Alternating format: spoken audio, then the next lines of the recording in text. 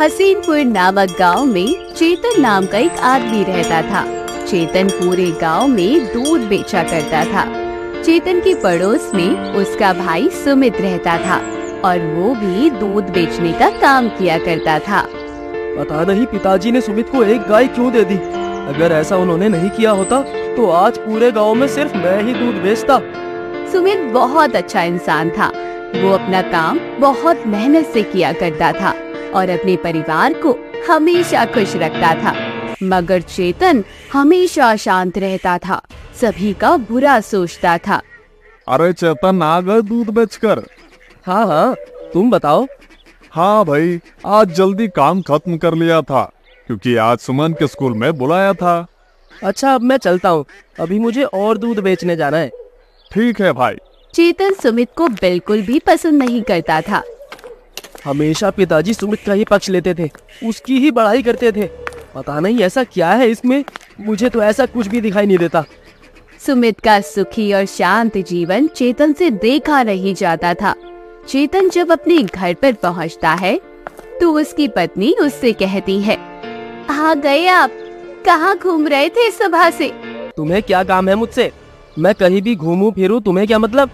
सुनिए जी, आप हर वक्त मुझसे चिड़चिड़ा कर बात मत किया करो, कह देती हूँ मैं। तुम मेरा दिमाग खाना बंद करोगी तभी तो मैं शांत होकर बात करूंगा ना। छोड़िए जी, आपको समझाकर कोई फायदा नहीं है, सीधे मुंह तो बात करते ही नहीं हो।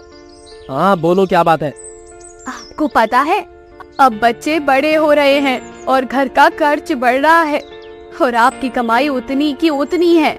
अब ऐसे घर नहीं चल पाएगा। तो तुम चाहती क्या हो? मैं क्या करूँ अब? इस गाय के दूध को बेचने से कुछ नहीं होने वाला।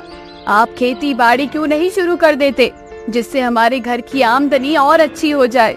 हैं? अरे तुम पागल तो नहीं हो गई हो? मुझसे नहीं होगी ये धूप में खेती बाड़ी। जरा कभी सुमित भैया को देखना, वो कितनी मेहनत करते हैं। कभी आप भी उन जैसा बनने की कोशिश क्यों नहीं करते? बस अब तुम्हारे मुंह से ही सुनना बचा था, तुमने भी कह दिया। एक काम करो, इतना अच्छा है ना वो, तो तुम भी वहीं चली जाओ उसके पास। ये क्या बोले जा रहे हैं आप? जरा सी भी समझ नहीं है आपको, जो मन में आता है वही बोल देते हो। मुझे बात नहीं करनी आपसे। कोमल गुस्सा होकर वहाँ से चली जाती है। पता नहीं ऐसा क्या देख लिया कोमल ने उस सुमित में, जो ये सुमित का गुणगान गाने लगी है। कुछ ना कुछ तो सोचना ही पड़ेगा। चेतन आमदनी बढ़ाने के लिए सोचने लगता है। कोई तरीका नहीं मिल रहा जिससे आमदनी बढ़ जाए और मुझे खेत पर काम ना करना पड़े। चेतन गाय का दूध निकालता है और उसे एक तरीका सूझता है। हाँ, जब दूध देने जाऊंगा तभी सबके घर से कुछ न कुछ चुरा लूंगा। चेतन ऐसा ही करता है। जिसके भी घर वो दूध देने जाता था, उसके घर से कुछ न कुछ चुरा के आता था और बेच देता था। इस काम से भी ज्यादा पैसे नहीं मिल रहे। छोटे मोटे सामानों को बेचकर 100-200 मिल जाते हैं, इससे क्या ही होगा। कुछ बड़ा सोचना होगा। अगले दिन चेतन दूध देकर वापस आ रहा था, तभी उसकी नजर सुमित पर पड़ती है। सुमित एक ग्राहक को दूध दे रहा था। एक बात तो माननी ही पड़ेगी भैया, तुम बहुत अच्छा दूध देते हो। मेरे बच्चे आपका दूध बहुत पसंद करते हैं।